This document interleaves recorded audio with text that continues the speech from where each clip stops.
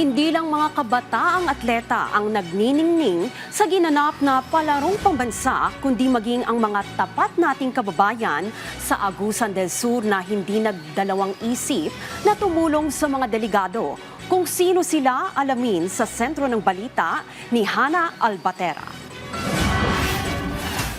Binigyan ng pagkilala ni Agusan del Sur Governor Santiago Cani Jr. ang isang driver mula sa San Vicente Prosperidad at isang security guard ng Provincial Correctional and Security Management Office o PCSMO.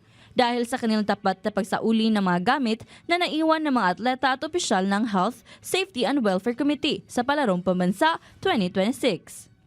Kwento ng gobernador, nakita niya sa isang Facebook post na isinauli ni John Anthony Suelto, isang driver mula sa San Vicente Prosperidad, ang bag ng isang atleta mula sa Region 2 Cagayan Valley na naiwan sa kanyang sasakyan matapos magpa-laundry.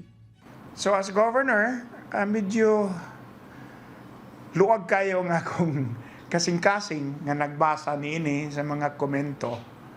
O nag-comment ko dito sa maong post nga kung makita ninyo ang maong driver sa bao-bao nga nag-uli og bag, palihog ipareport dito sa akong buhatan dinhi sa office. Kasama rin sa pinarangalan si Charlie Villomapgid, isang PCSMO security guard dahil sa katapatan nito ng magsauli ng wallet na kanyang napulot. Nga doon na po di ay usa ka gwardiya gikan sa provincial government nga nakapunit pod og bag nga dunay sulod nga pitaka o dito sa pitaka dunay 20,000 ba to. Dahil dito, binigyan sila ng munting gantimpala ng gobernador. Naging bahagi rin si John ng libreng sakay drivers para sa Palarong Pambansa, habang na-promote naman sa trabaho si Charlie. Tumanggap din sila ng Seal of the Province bilang simbolo ng kanilang katapatan bilang agsurnon. Ayon sa gobernador, pinatunayan nila ang katapatan at malasakit ng mga taga-Agusan del Sur sa mga bisita ng national event. So hinaot magpadayon kini nga kinaiya sa atong mga kaigsuunang agsurnon towards our visitors. Ayon naman kay John, hindi na ito ang unang beses na nagsauli siya ng mga naiwan sa kanyang sasakyan. Ay, iuli mong ginako unsay mabilin sa akong baw-bao. Bisa kung sa panangabutang.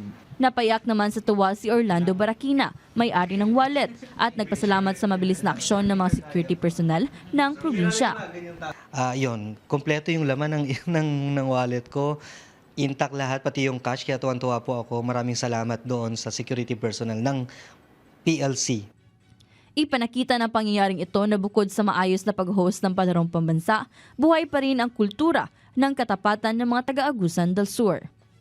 Hana Albatera ng PTV Agusan del Sur para sa Pambansang TV sa Bagong Pilipinas.